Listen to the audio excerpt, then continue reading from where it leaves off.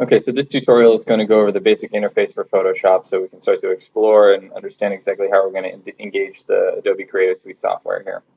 Running across the top, we have all of the main toolbars that you'll find in Windows applications, including this sort of PS button where we can start to get into some of the stuff if you're on the Mac side. Underneath that, we have our main toolbar. Photoshop and the Adobe Creative Suite uses hotkeys and visual cues like buttons, so everything is nested in these functions in here. So you can do a lot of really advanced stuff in here, but it's all nested in there.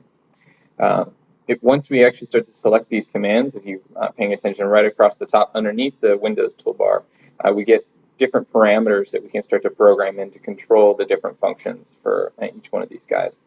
So as we start to want to change the, I'll just go ahead and create that. Actually, we'll go ahead and open this up.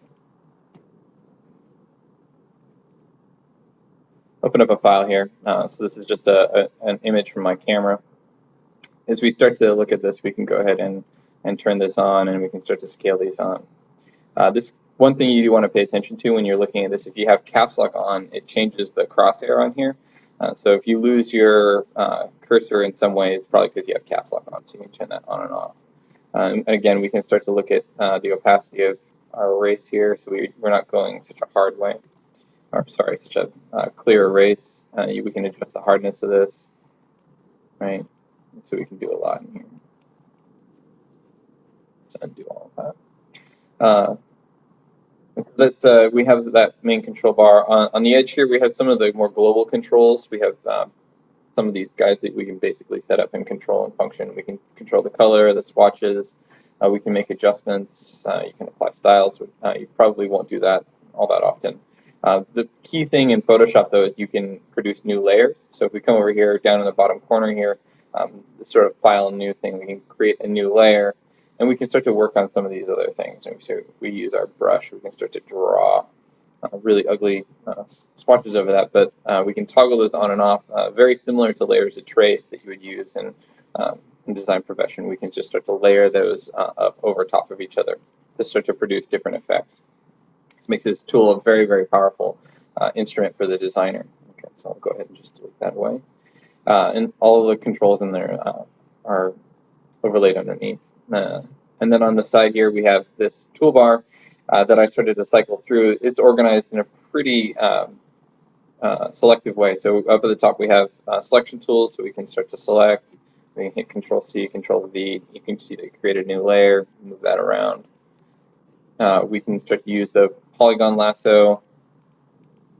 If you click and hold, we can unlock the lasso tool, which is to draw just a lasso with your mouse. Magnetic lasso, it'll try and snap to certain geometries on your guide based on the colors. Hit enter when you're done. And you can see it has some varying success. That works really well when you have high contrast situations. We can crop. Moving down, we have some editing tools. We can erase, we can draw, we can do clone stamping, things like that. We can smudge and do some other editing. Just hit Control-D to deselect. We have the pen tool, we can put text, things like that. And then farther down we have some panning tools. So if I hit Control+ to zoom in, Control- to zoom out.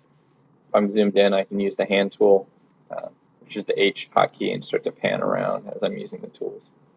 And we can use a magnifying glass as well. We have our swatches. This is handy as we start to do some photo editing. Maybe we need to match a color. We can use that and start to select colors out of that. Okay.